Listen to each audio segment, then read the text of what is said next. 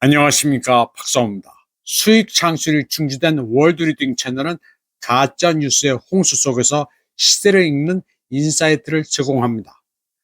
블라디미르 푸틴 러시아 대통령은 어제 있었던 4시간 반 동안의 국민과의 대화 행사에서 올해 순위 극초음속 미사일을 과시했습니다. 푸틴 대통령은 올해 순위 미사일로 서방과 기술 대결을 벌일 수 있다고 했습니다. 서방이 키예프에 방공 미사일을 집중 배치하면 거기에 올해 순익을 테스트할 기회가 있을 것이라고 말했습니다. 또 루마니아와 폴란드에 미사일 방어 시스템을 배치해도 그들이 올해 순익을 요격할 수 있는지 대결의 기회가 될 것이라고 말했습니다. 그러자 젤렌스키는 경악했습니다. 젤렌스키는 소셜미디어에 사람이 죽어가고 있는데 푸틴은 흥미로워하는 것 같다, 멍청이 놈이라고 비난했습니다.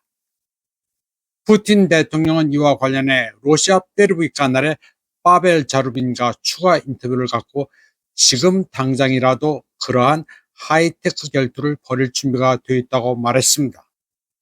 크렘린은 젤렌스키의 반응에 대응했습니다. 드미트리 페스코프 크렘린 대변인은 젤렌스키가 압박을 받을 때 침착함을 잃는다고 비난했습니다. 그는 젤렌스키가 감정적 과부하가 걸리면 스스로를 통제할 수 없어 버릇이 없어진다고 했습니다. 젤렌스키가 신경이 쇠약해지는 중이라고도 했습니다. 젤렌스키는 또 분쟁을 중재하려는 헝가리의 빅토르 오르반 총리도 당신 같은 사람 필요 없다면서 무리하게 굴기도 했습니다. 젤렌스키는 고립무원입니다. 그는 상실한 영토를 되찾을 수 없다는 현실을 시인했습니다. 그러면서 국제사회의 중재를 바라고 있습니다. 한편 어제 푸틴 대통령의 국민과의 대화는 대성공이었습니다. 4시간 반 동안 진행된 마라톤 행사에 세계 관심이 집중됐습니다. 푸틴 대통령이 전례 없는 세계적 하이브리드 전쟁 속에서 어떻게 국정을 이끌어가고 세계 판도 변화를 그리고 있는지를 보여주는 이벤트였습니다. 물론 한국은 이런 데 관심이 없습니다. 어제 이벤트와 직접 관련은 없지만 한국 내 러시아포비아는 아주 괴이합니다. 러시아의 코피가 제대로 터졌다. 러시아의 경제 성장은 끝없는 거품이다. 푸틴은 절망적 현실에 부딪혔다. 북한의 러시아 파병이 본격화돼 시진핑이 정말 죽을 맛이다. 북한군 사망자가 속출해 푸틴은 진짜 죽을 맛이다 등등 아주 어질어질합니다. 죽을 맛이 키워드입니다. 그리고 난데없이 시진핑이 죽을 맛이라는 대목은 아주 의아합니다. 심지어는 북한의 러시아 파병 나비 효과로 중국, 러시아의 개싸움이 시작된다고 떠드는 이도 있습니다. 코피가 제대로 터지고 죽을 맛이고 개싸움이란 단어까지 사용해 국제정세를 보는 게 한국의 평론가들입니다. 이런 가운데 젤렌스키가 유포하는 북한군 파병 관련 미확인 뉴스는 계속되고 있습니다. 사실 확인도 안 된 뉴스 가지고 일각에서는 북한군이 참혹하게 죽어간다고 안타까워합니다. 국정원이 내놓고 있는 정보 분석이라는 것은 우크라이나 것과 대동소이합니다. 쿠르스크에서 최소 100명의 북한군이 사망하고 1000명이 다쳤다는 게 국정원의 분석이라고 합니다. 그리고 북한군이 드론에 대해 무지해 오히려 힘이 된다는 불평을 러시아가 한다고 합니다.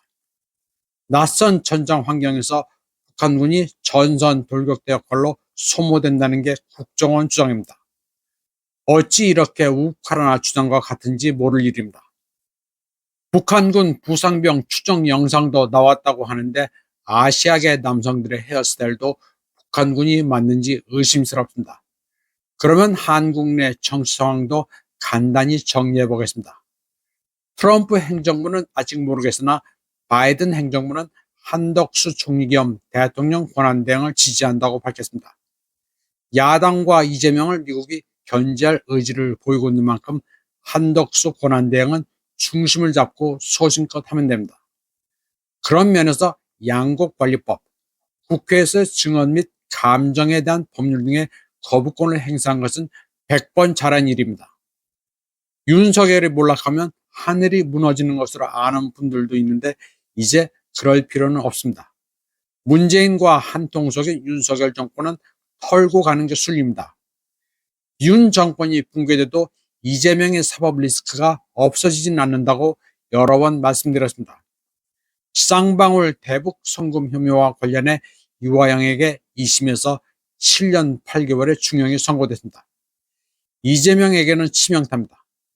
이제 진정으로 우려해야 하는 것은 조선일보가 바람을 잡고 있는 내각제 개헌 시도입니다. 윤석열 정권의 와해로 인해 제왕적 대통령제는 수명에 다했다는 논리로 개헌몰이를 하려는 조짐을 보이고 있습니다. 이번 방송은 여기까지 하겠습니다. 시청해주신 여러분 감사합니다.